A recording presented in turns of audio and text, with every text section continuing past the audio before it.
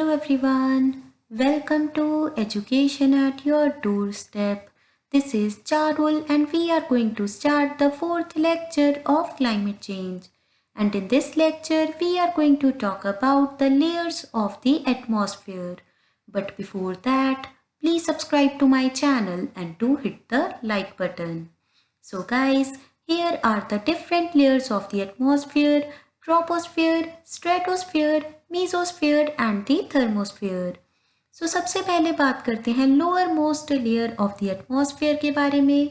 That is the troposphere which is basically extended from 0 to 14.5 kilometers with respect to the earth's surface. So guys, troposphere को friction layer का नाम भी दिया जाता है क्योंकि जितनी भी बिल्डिंग्स, माउंटेन्स, ट्रीज होते हैं they are basically present in the troposphere, जिसकी वजह से अगर कोई भी एयरप्लेन या फिर जेट ट्रोपोस्फेयर में फ्लाई करने की कोशिश करता है तो बार बार उनके रास्ते में कोई ना कोई ऑब्स्टेकल आ जाता है, जिसकी वजह से ट्रोपोस्फेयर को फ्रिक्शन लेयर का नाम भी दे दिया जाता है.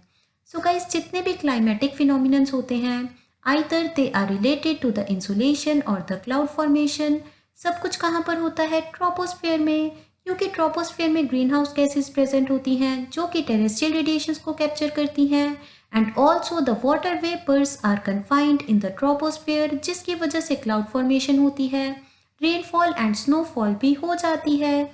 सो गाइस, उसके बाद बात करते हैं gravitational force is maximum at the earth surface, जिसकी वजह से maximum weight of the atmosphere is confined in the lower most layer of the atmosphere.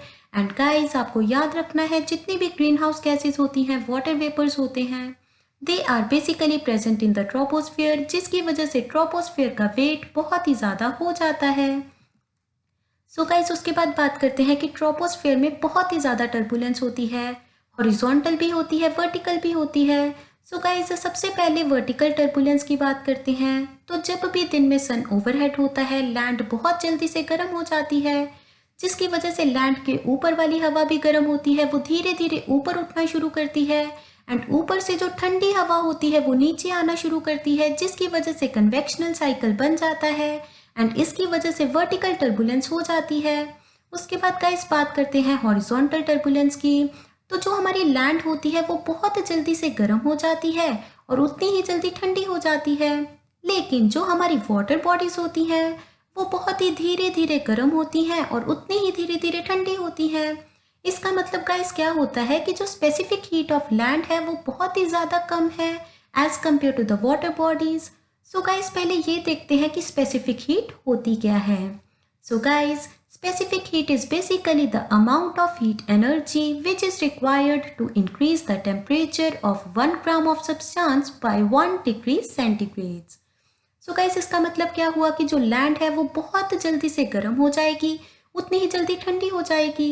So guys, दिन में होता क्या है, जब सन ओवरहेड होता है तो लैंड बहुत जल्दी से गर्म हो जाती है, जिसकी वजह से लैंड के ऊपर वाली हवा भी गर्म हो जाती है, धीरे धीरे ऊपर उठना शुरू करती है.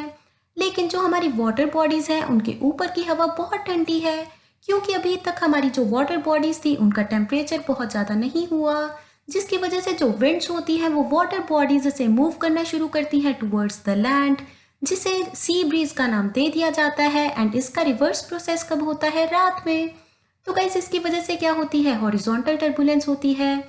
तो अभी आपको पता चल चुका है कि ट्रोपोस्फेयर में वर्टिकल टर्बुलेंस भी होती है, हॉरिजॉन्टल टर्बुलेंस भी होती है, जिसकी वजह से कोई भी एयरप्लेन या फिर जेट ट्रोपोस्फेयर में फ्लाई नहीं कर सकता. सो गाइस, उसके बाद बात करते हैं जितनी भी ग्रीन हाउस गैसेज होती हैं. For example carbon dioxide, methane, SF6 और N2O, ये सारी की सारी कहाँ पर प्रेजेंट होती हैं? ट्रोपोस्फेयर में, क्योंकि इनका वेट बहुत ही ज़्यादा होता है, जिसकी वजह से ये ज़्यादा ऊपर तक नहीं जा पाती.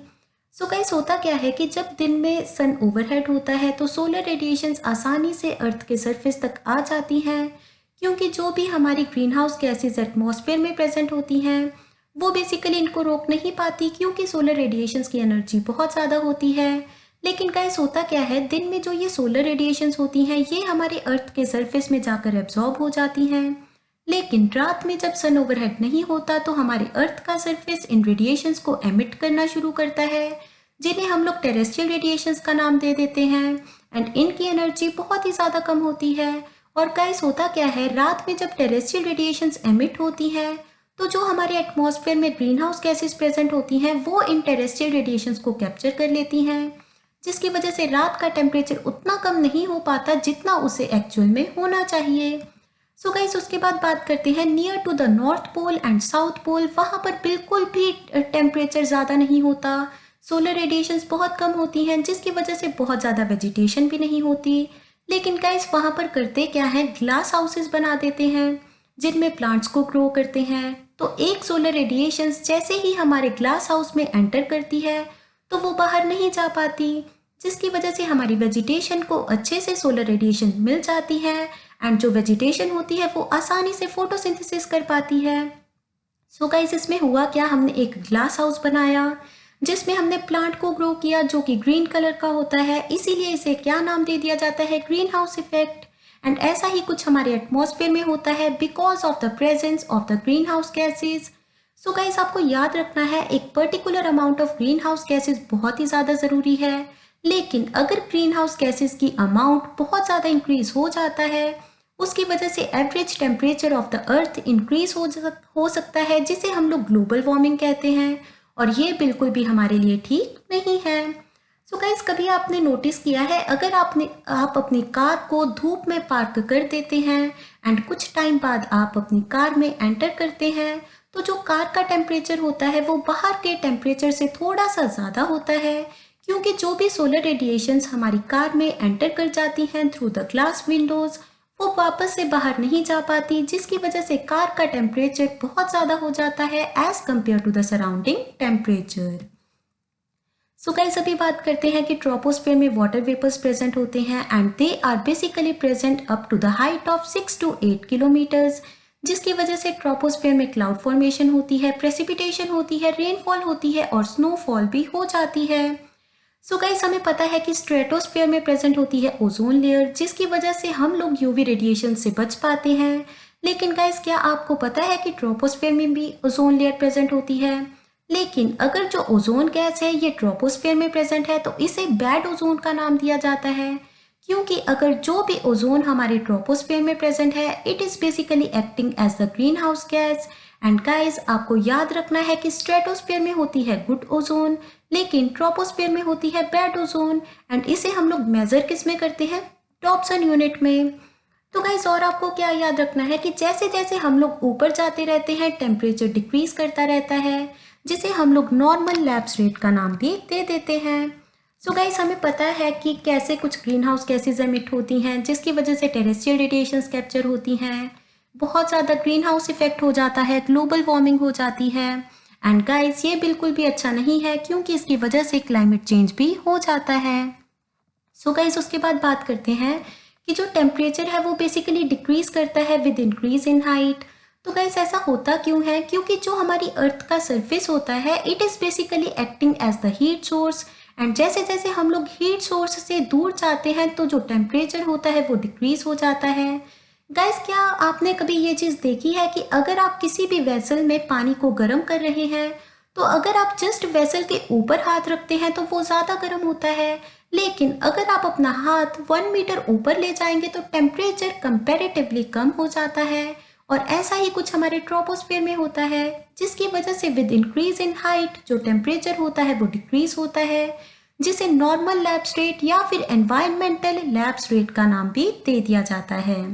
सो गाइस अगर हम लोग 6.5 किलोमीटर्स ऊपर जाते हैं फ्रॉम द अर्थ सरफेस तो नियरली 1 डिग्री सेंटीग्रेड टेम्परेचर कम हो जाता है, जिसे बेसिकली हम लोग नॉर्मल लैप्स रेट का नाम भी दे देते हैं। सो गाइस होता क्या है, जहाँ पर भी हमारी ट्रोपोस्फेयर खत्म होती है उसे ट्रोपोपॉज बोलेंगे, जहाँ पर स्ट्रेटोस्फेयर खत्म होगी उसे स्ट्रेटोपॉज बोलेंगे। तो गाइस हो क्या रहा है, with increase in height temperature decrease हो रहा है, तो ऑब्वियसली ट्रोपोपॉज पर जाकर टेम्परेचर बहुत ही ज़्यादा कम हो जाता है। एंड गाइस आपको याद रखना है कि टर्बुलेंस भी सबसे ज़्यादा कहाँ पर होती है, ट्रोपोपॉज में, जिसकी वजह से जितने भी हमारे एयरप्लेन्स होते हैं, जेट्स होते हैं, they are basically present in the stratosphere. क्योंकि गाइस अगर ट्रोपोस्फेयर में फ्लाई करेंगे तो बार बार टर्बुलेंस आ जाएगी, टर्बुलेंस के साथ साथ क्या होगा, बार बार बीच में कोई ना कोई ऑब्स्ट्रैकल आ जाएगा, कभी माउंटेन, कभी बिल्डिंग या फिर कभी कभी ट्रीज भी आ सकते हैं। सो गाइस उसके बाद बात करते हैं कि ग्रीन हाउस गैसेस कहाँ कहाँ से एमिट होती हैं, हमारे व्हीकल्स से, इंडस्ट्रीज से, एंड इवन गाइस जो हम लोग कार्बन डाइऑक्साइड रिलीज करते हैं वो भी ग्रीन हाउस गैस बन जाती है। जो हमारी पैडी फील्ड्स होती हैं वहाँ से मीथेन रिलीज होती है। लेकिन गाइस इनका जो वेट है ये इतना ज़्यादा होता है कि जो ग्रीन हाउस गैसेस हैं वो ज़्यादा हाइट तक नहीं जा पाती, जिसकी वजह से ग्रीन हाउस गैसेस ट्रोपोस्फेयर में प्रेजेंट होती हैं। एंड गाइस आपको याद रखना है कि जो ट्रोपोपॉज होता है वो बेसिकली इन जो गैसेस को ऊपर नहीं जाने देता, जिसकी वजह से ग्रीन हाउस गैसेस सिर्फ और सिर्फ ट्रोपोस्फेयर में ही कन्फाइंड होती हैं और हमारे ट्रोपोस्फेयर का वेट बहुत ही ज़्यादा हो जाता है। एंड गाइस उसके बाद एक बहुत ही ज़्यादा इंपॉर्टेंट फैक्ट है कि जो ट्रोपोस्फेयर होता है उसके ऊपर के ट्रोपोस्फेयर की हाइट बहुत ही ज़्यादा होती है, लेकिन जो पोल्स होते हैं उनके ऊपर जो ट्रोपोस्फेयर की हाइट होती है वो बहुत ही कम होती है। मतलब क्या हुआ कि जो इक्वेटर है वहाँ पर जो ट्रोपोस्फेयर की हाइट है वो नियरली 18 किलोमीटर्स होती है, लेकिन जो पोल्स के ऊपर है वहाँ पर ट्रोपोपॉज की हाइट नियरली 6 to 8 किलोमीटर हो जाती है। सो गाइस हमें पता है जो ग्रेविटेशनल फोर्स होती है that is inversely proportional to the radius, and हमें पता है कि इक्वेटर पर अर्थ का रेडियस बहुत ज़्यादा होता है as compare to the poles, जिसकी वजह से ग्रेविटेशनल फोर्स बहुत ही कम होती है near to the equator as compare to the poles, जिसकी वजह से ट्रोपोस्फेयर की हाइट इक्वेटर पर ज़्यादा हो जाती है as compare to the poles. And आपको याद रखना है कि इक्वेटर पर ट्रोपोस्फेयर की हाइट कितनी होती है, 18 किलोमीटर, लेकिन जो हमारे पोल्स होते हैं वहाँ पर ट्रोपोस्फेयर की हाइट नियरली 8 to 10 किलोमीटर हो जाती है, जिसका एवरेज नियरली 14.5 किलोमीटर आ जाता है। सो गाइस अभी बात करते हैं second layer of the atmosphere के बारे में, that is the stratosphere which is basically extended from 14.5 kilometers to 50 kilometers with respect to the earth's surface. So guys जो स्ट्रेटोस्फेयर होती है ये बहुत ही ज़्यादा इंपॉर्टेंट है क्योंकि इसमें यूवी रेडिएशंस एब्जॉर्ब हो जाती हैं। सो गाइस होता क्या है कि जो स्ट्रेटोस्फेयर होती है इसमें एक ओजोन लेयर प्रेजेंट होती है, एंड जो गाइस ओजोन का फॉर्मूला क्या होता है O3, एंड ऑक्सीजन क्या होता है O2। सो गाइस जो ओजोन लेयर होती है ये बेसिकली हमें प्रोटेक्ट करती है from the harmful UV radiations that are coming from the sun, क्योंकि जो यूवी रेडिएशंस होती हैं they can basically cause the skin cancer and the destruction of the chlorophyll in the producers. So guys हमें पता है कि जो airplanes होते हैं, जेट्स होते हैं, ये बेसिकली ट्रोपोस्फेयर में फ्लाई नहीं कर सकते। तो जो भी हमारे एयरप्लेन्स होते हैं, जेट्स होते हैं, they are basically flying in the stratosphere, क्योंकि वहाँ पर किसी भी तरह की टर्बुलेंस नहीं होती, फ्रिक्शन नहीं होती, क्योंकि कोई भी बिल्डिंग या फिर माउंटेन की हाइट 14.5 किलोमीटर से ज़्यादा तो बिल्कुल भी नहीं है। सो गाइस उसके बाद बात करते हैं कि जो यूवी रेडिएशंस हमारे तक सन से आती हैं वो बेसिकली स्किन कैंसर कर सकती हैं, हमारे प्रोड्यूसर्स के क्लोरोफिल को ख़त्म कर देती हैं। लेकिन गाइस जो यूवी रेडिएशंस होती हैं ये भी बेसिकली 3 तरह की होती हैं, UVA, UVB and the UVC।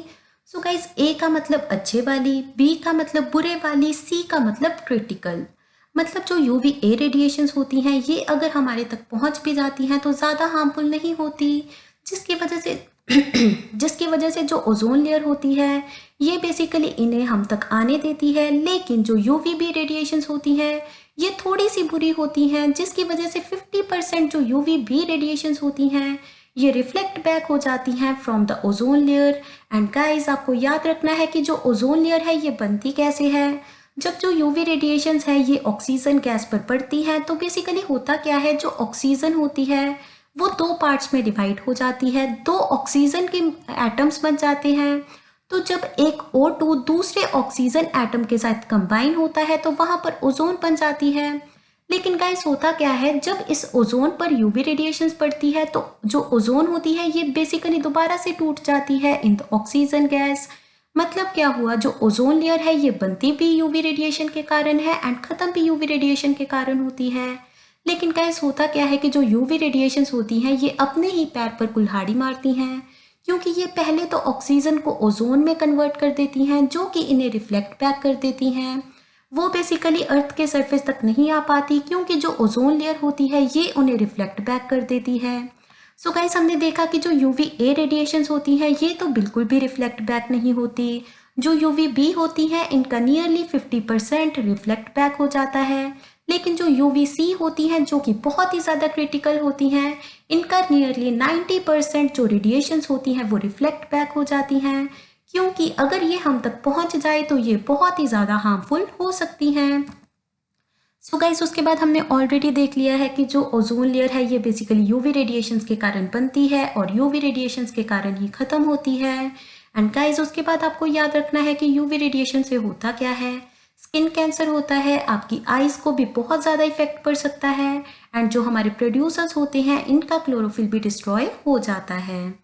So guys, उसके बाद हमने देखा था कि जो वाटर वेपर्स होते हैं they are basically confined in the troposphere, लेकिन जो कुछ वाटर वेपर्स होते हैं जो बहुत ही ज़्यादा ज़िद्दी होते हैं वो ट्रोपोपॉज को पार करते हुए स्ट्रेटोस्फेयर में चले जाते हैं, जिसकी वजह से गाइस होता क्या है कि जो स्ट्रेटोस्फेयर में कुछ हमारे वाटर वेपर्स प्रेजेंट होते हैं जो कि बहुत ही ज़्यादा फ्रीज्ड तरह होते हैं, मतलब कि आइस क्रिस्टल्स की तरह होते हैं, जो कि वहाँ पर जाकर क्लाउड फॉर्मेशन कर देते हैं, जिन्हें हम लोग पोलर स्ट्रेटोस्फेरिक क्लाउड्स का नाम भी दे देते हैं और इन्हें नेक्रियस क्लाउड्स भी बोला जाता है। लेकिन गाइस, ये बिल्कुल भी प्रेसिपिटेटिंग टाइप नहीं होते। सो गाइस, अगर आपसे कोई पूछे कि प्रेसिपिटेटिंग क्लाउड्स कहाँ पर प्रेजेंट हैं तो ट्रोपोस्फियर में प्रेजेंट हैं, लेकिन जो नॉन प्रेसिपिटेटिंग क्लाउड्स होते हैं ये बेसिकली हमारे स्ट्रेटोस्फेयर में भी है, मीजोस्फेयर में भी है, एंड जो स्ट्रेटोस्फेयर में हमारे नॉन प्रेसिपिटेटिंग क्लाउड्स होते हैं उन्हें बोला जाता है पोलर स्ट्रेटोस्फेरिक क्लाउड्स और the nacreous clouds. So guys, उसके बाद बात करते हैं थर्मल इन्वर्जन के बारे में। तो गाइस, हमने क्या देखा कि स्ट्रेटोस्फेयर में ओजोन लेयर होती है जो कि बेसिकली यूवी रेडिएशंस को रिफ्लेक्ट बैक कर देती है, लेकिन गाइस जो कुछ यूवी रेडिएशंस होती हैं ये हमारे स्ट्रेटोस्फेयर में एब्जॉर्ब हो जाती हैं, जिसकी वजह से स्ट्रेटोस्फेयर का टेम्परेचर बहुत ही ज़्यादा हो जाता है क्योंकि यहाँ पर यूवी रेडिएशंस एब्जॉर्ब हो चुकी हैं। गाइस, हमने देखा था कि ट्रोपोस्फेयर में विद इंक्रीज इन हाइट जो टेम्परेचर था वो डिक्रीज कर रहा था, जिसे हमने नॉर्मल लैप्स रेट का नाम दिया था, एंड हमने देखा था with increase in 6.5 kilometre of height 1 degree temperature का फॉल हो जाता था। लेकिन गाइस, स्ट्रेटोस्फेयर में क्या होता है, with increase in height temperature increase हो जाता है, क्योंकि जितना हम लोग स्ट्रेटोस्फेयर में ऊपर जाते रहते हैं वहाँ पर जो ओजोन लेयर है उसका इफेक्ट ज़्यादा होता है, जिसकी वजह से वहाँ पर यूवी रेडिएशंस हमारी एब्जॉर्ब हो जाती हैं, जिसकी वजह से जो टेम्परेचर है वो स्ट्रेटोस्फेयर का बहुत ही ज़्यादा हो जाता है। सो गाइस, आपको याद रखना है कि ट्रोपोस्फेयर में with increase in height temperature decrease हो रहा था, लेकिन जो स्ट्रेटोस्फेयर है यहाँ पर with increase in height temperature भी इंक्रीज हो रहा है, क्योंकि यहाँ पर यूवी रेडिएशंस क्या हो रही हैं, एब्जॉर्ब। तो गाइस, बेसिकली होता क्या है कि अगर हम लोग हीट सोर्स से ऊपर जाते हैं तो टेम्परेचर डिक्रीज करता है, लेकिन यहाँ पर तो हीट सोर्स का कुछ पंगा ही नहीं है, जिसकी वजह से गाइस होता क्या है कि with increase in height temperature decrease करना चाहिए था, लेकिन यहाँ पर उल्टा हो रहा है टेम्परेचर के रिलेटेड, जिसकी वजह से इस इफेक्ट को हम लोग क्या बोलते हैं, थर्मल इन्वर्जन। एंड गाइस, आपको याद रखना है ये थर्मल इन्वर्जन 2 लेयर्स में होता है, स्ट्रेटोस्फेयर में एंड थर्मोस्फेयर में। So guys, that's all for today. If you enjoyed my video, then do like, share and subscribe. Thank you so much, and in the next lecture, we are going to talk about the mesosphere and the thermosphere. So guys, stay tuned.